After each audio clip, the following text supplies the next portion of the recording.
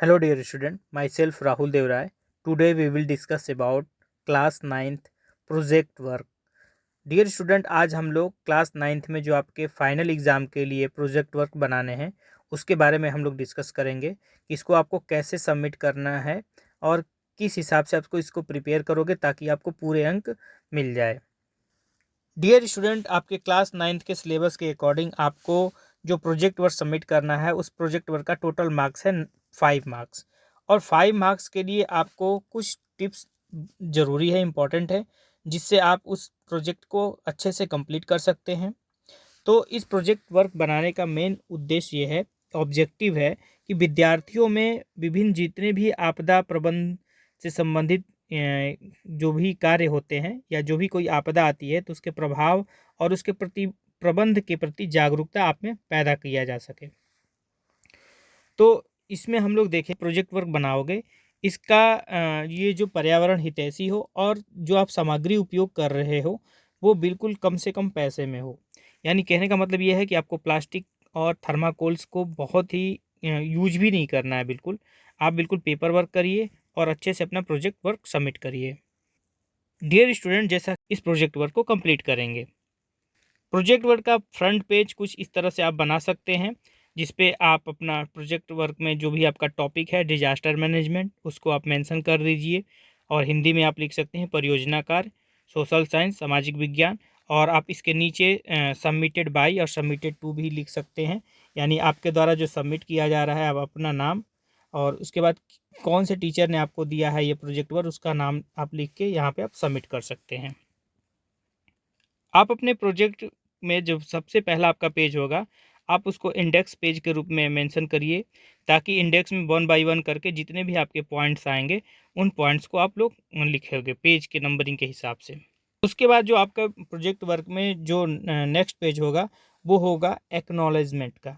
यानी आप यहाँ पे जो एक्नॉलेजमेंट टाइप हेडिंग लगाओगे और आप आभार ज्ञापन करोगे कि मैं इस प्रोजेक्ट को, परियोजना को या जो प्रोजेक्ट वर्क है इसको बनाने के लिए कौन कौन से सुझाव आप किन से लिए हो। आप उन सहयोगियों का नाम भी इसमें मेंशन करिए।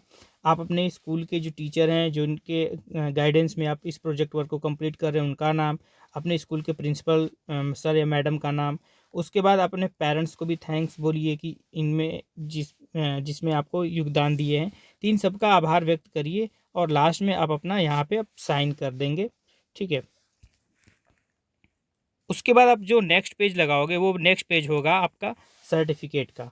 यानी आपको सर्टिफिकेट इशू किया जाएगा, आपको परमिशन दिया जाएगा टीचर्स के द्वारा कि आपने इस प्रोजेक्ट वर्क में किस सेक्शन में आप पढ़ रहे हैं, कौन सी क्लास है आपका, उसमें मेंशन किया होना चाहिए और आप इस प्रोजेक्ट वर्क पे आपको लिए सर्टिफिकेट मिलेगा। फिर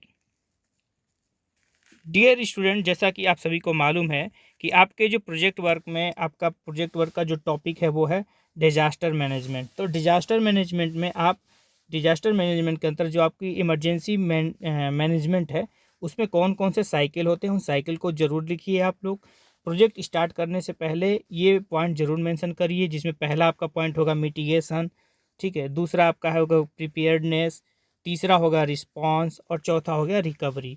तो आप इसको यहाँ पे इंग्लिश में भी मैंने यहाँ मेंशन कर दिया है इंग्लिश मीडियम स्टूडेंट के लिए, और यहाँ पे हिंदी मीडियम के स्टूडेंट के लिए भी मेंशन कर दिया है। तो इन दोनों साइकिल्स को आप अपने प्रोजेक्ट के स्टार्टिंग करने से पहले ज़रूर लिखिए आप इसको, और यही से अपना प्रोजेक्ट वर्क स्टार्ट करिए।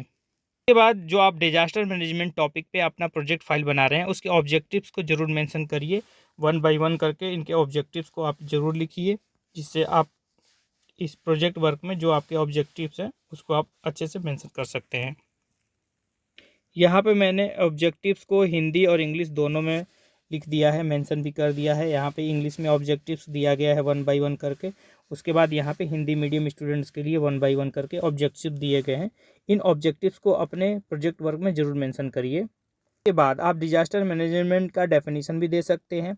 यहाँ पे आपको यहाँ पे डिजास्टर मैनेजमेंट का डेफिनेशन दिया गया है, आप डिजास्टर मैनेजमेंट का डेफिनेशन दीजिए। उसके बाद इन फिगर को भी आप लगा सकते हैं। उसके बाद on the basis of origin causes, इनके डेफिनेशन के अलावा आप डेफिनेशन लिखने के बाद उसके बाद आप यहाँ पे causes and types of disaster लिख सकते हैं।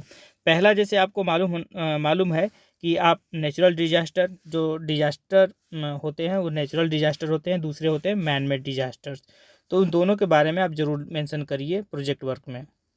बेसिकली देखा जाए तो जो आपके नेचुरल डिजास्टर हैं वो कौन कौन से हैं? Hydro meteorological disaster, geographical disaster and biological disaster.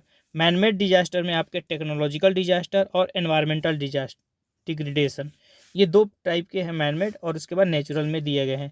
तो इन दोनों को जरूर आप मेंशन करिए प्रोजेक्ट वर्क में। नेचुरल डिजास्टर के अंतर्गत जो पहला पॉइंट है वो है अर्थक्वेक। तो अर्थक्वेक के बारे में यहाँ पे आप डिफाइन करिए कि अर्थक्वेक किन कारणों से आता है, अर्थक्वेक से आप क्या समझते हैं, भूकंप यानी भूकंप किसे कहते हैं। यहाँ पे इंग्लिश में मैंने मेंशन कर दिया, यहाँ पे हिंदी में। तो इन पॉइंट्स को आप देख सकते हैं। नेचुरल डिजास्टर में दूसरा जो आपका टॉपिक है, पॉइंट है, वो है फ्लड्स। तो फ्लड्स के बारे में यानी बाढ़ के बारे में आप यहाँ पे मेंशन कर सकते हैं कि बाढ़ के आने के कारण क्या हैं, और बाढ़ पर हम नियंत्रण कैसे कर सकते हैं, यानी बाढ़ से बचने के लिए हम उपाय कौन कौन से कर सकते हैं। Major causes of flood in India, उसके बारे में यहाँ पे मेंशन किया गया है। तो यहाँ से आप हिंदी और इंग्लिश दोनों में आप लिख सकते हैं। अगला जो हमारा नेचुरल डिजास्टर है वो है साइक्लोन। तो साइक्लोन के बारे में आप यहाँ से मेंशन कर सकते हैं साइक्लोन किन कारणों से बनता है, और भारत में जब साइक्लोन आते हैं तो उसके बारे में यहाँ पे दिया गया है कि पश्चिमी घाट और पूर्वी घाट किस प्रकार से प्रभावित होते हैं। तो उसके बारे में यहाँ पे मेंशन किया गया है। तो यहाँ से आप चक्रवात के बारे में आप लिख सकते हैं। डिजास्टर के अंतर्गत जो दूसरा आपका टॉपिक है वो है मैनमेड डिजास्टर। तो मैनमेड डिजास्टर क्या होता है, मैनमेड डिजास्टर क्या होता है उसका डेफिनेशन दिया गया है, और डिजास्टर को, मैनमेड डिजास्टर को कितने कैटेगरी में हम कैटेगराइज कर सकते हैं उसके बारे में यहाँ पे मेंशन किया गया है। तो डियर स्टूडेंट, आप यहाँ से इन चीज़ों को, आप फिगर को भी आप नोट डाउन कर सकते हैं, फिगर को भी आप यहाँ स्क्रीनशॉट लेके देख सकते हैं। उसके बाद दूसरी बात है, यहाँ इसके बारे में आप लिख भी सकते हैं यहाँ से कि what is a man made disaster, और उसमें भी मैन मेड डिजास्टर के कितने प्रकार होते हैं उसके बारे में भी यहाँ पे मेंशन किया गया है। यहाँ पे हिंदी मीडियम के छात्रों के लिए मैं बता रखा हूँ कि यहाँ पे जो मैनमेड डिजास्टर होते हैं, मानव निर्मित जो आपदाएं होती है उसके आने के क्या क्या कारण होती हैं। अब उसमें कौन कौन से कैटेगरी दिया गया है कि सड़क रेल दुर्घटना, आग लगना, ठीक है, रासायनिक आपदाएं, उसके बाद महामारी। तीन के बारे में आप यहाँ से 1 बाय 1 करके लिख सकते हैं कि मानव जनित जो आपदा है ये किस प्रकार से लोगों में एक भय का माहौल पैदा करती है और किस प्रकार से ये नुकसान पहुंचाती है, उसके बारे में आप ज़रूर मेंशन करिए। डियर स्टूडेंट, उसके बाद जो नेचुरल डिजास्टर है और मैनमेड डिजास्टर है उसके आने के बाद, या जो आपदा आती है उसके बाद भारत में ऐसी कौन सी संस्था है जो इसकी रख रखाव की काम करती है, तो वो है NDMA, यानी नेशनल डिजास्टर मैनेजमेंट अथॉरिटी। तो इसके बारे में आप लोग ज़रूर मेंशन करिए, ज़रूर लिखिए कि ये भारत में किस प्रकार अपना कार्य करती है, और इसमें इस प्रोजेक्ट वर्क में आपको आपदा प्रबंधन अधिनियम 2005 का भी विश्लेषण करना है जिससे आपको पूरे नंबर मिल सकें।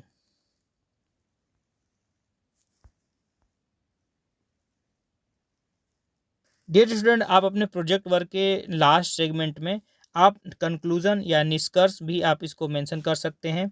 कंक्लूजन में आप जो भी चीज़ें इनके बारे में आपने सीखा है उसके बारे में आप लिख सकते हैं। यहाँ पे हिंदी में मैंने इस चीज़ को मेंशन कर दिया है कि निष्कर्ष क्या आपको देना है। उसके बाद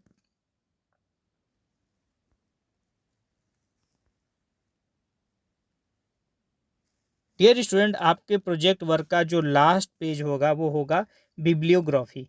तो बिब्लियोग्राफी में आपको उन चीज़ों को मेंशन करना है जिसमें आपने किसी भी सोर्स के माध्यम से, जैसे आपको यहाँ पे मैंने दिखाया है कि कौन कौन सी साइट आपने यूज किया है, कौन सी बुक से आपने इस प्रोजेक्ट वर्क को कंप्लीट किया है, और किन किन लोगों की सहायता ली है, तो उसको भी आप यहाँ पे मेंशन कर सकते हैं। यानी आपको कहने का मतलब होगा कि लास्ट जो आपका पेज होगा वो होगा बिब्लियोग्राफी। बिब्लियोग्राफी के जो पेज है उसको ज़रूर आप लास्ट पेज पर लगाइए, जिससे आप मालूम चल सके कि आपने किन किन रेफरेंसेस के द्वारा इस प्रोजेक्ट वर्क को कंप्लीट किया है। तो होप सो डियर स्टूडेंट, आशा करता हूँ कि आप लोगों को इस वीडियो के माध्यम से 9th क्लास में जो आपको प्रोजेक्ट वर्क बनाना है आपको अच्छी सी जानकारी मिली होगी, और आप अपना प्रोजेक्ट वर्क जल्दी से कंप्लीट करिए। बाकी जो भी इसमें आपको प्रॉब्लम हो रही है कमेंट बॉक्स में कमेंट करके ज़रूर बताइए। प्लस हमारे टेलीग्राम चैनल को भी सब्सक्राइब करिए, और जिन छात्रों ने अभी तक मेरे यूट्यूब चैनल को सब्सक्राइब नहीं किया है वो भी मेरे यूट्यूब चैनल को सब्सक्राइब करें। Thank you very much.